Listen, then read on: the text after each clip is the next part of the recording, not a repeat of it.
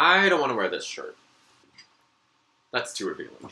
Hi. Today I would like to address a rather universal topic. Let's talk about sex, baby. I'm gonna try to keep it family friendly. Let's talk about you and me. I think it's a discussion worth having, especially within the gay community and especially within the conservative Asian community. Let's talk about sex. When I was a child, a wee little bae, I was very horny. I used to scroll through the television channels just to try to catch some soap opera or movie on TV where the characters would be like making out. I thought it was so hot. In jacuzzis, I used to park myself in front of that freaking water jet because it would blow water at my dick. And when I was 13 or maybe 14, 2003, 2004, the internet, AOL, pornography came along. I had a Dell desktop computer in my room at that time. I watched so much porn. I would watch the most grotesque things that I think to this day would still be up there in like the nastiest things I've ever seen. So before I had any real understanding of what sex is or was,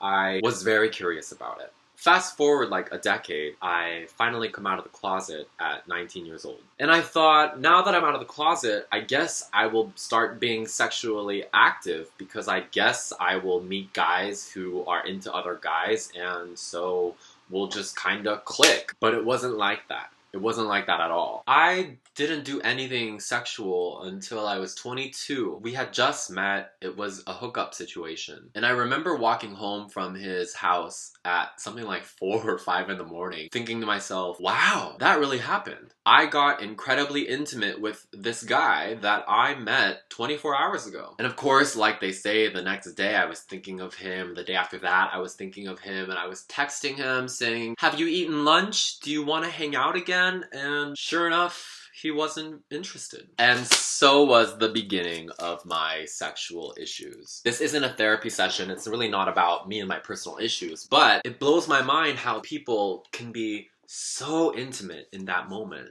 but not really explore that intimacy after the fact. I feel like New Yorkers especially crave intimacy and human contact, but that doesn't necessarily always mean physical intimacy and physical contact. Many New Yorkers, especially gay ones, I think, really crave emotional intimacy and emotional contact. Like most of the time, I'm down with, let's just get some food, let's just smoke some weed, let's just drink some beer and just talk. Yeah, it's fun to make out and it's fun to hee hee ha ha in bed, but I just think so much weight is given to sex. So much importance is placed upon sex. Sex is just such a big part of queer identity. Are you a top? Or are you a bottom? Or are you verse? No different to me than are you straight, are you gay, or are you bi? It's limiting, but there's no need to get too caught up in that because when you're actually talking to someone, you can kind of explain to them where you are and hopefully they understand that it's not so black, white, and gray. But I think it's worth noting and talking about how some people,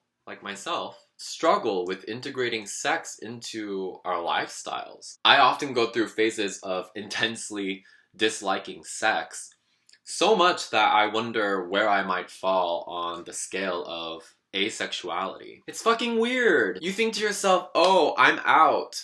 Oh, I'm able-bodied. Oh, this attractive guy is into me. Sex should be no problem. It should be natural. It should be fun. But there are so many times when it's anything but. Sex and I have a complicated relationship. It's not casual. And I don't know how to integrate it into my relationships with men in a way that feels honest, natural, intimate, sexy. Now the silver lining. The beautiful thing about sex is that there are no rules, is that it is different for everyone, and it is incredibly gray. But if you are out there, if you're gay, if you're queer, if you're Asian, if you're a former Christian, if you're a late bloomer, whatever the case, if sex feels confusing and frustrating, especially in comparison with sexually liberated queer friends, I feel you. That's all. Okay, thanks for watching, BB. Just keeping it on the cuff today. Talk to you later. Bye.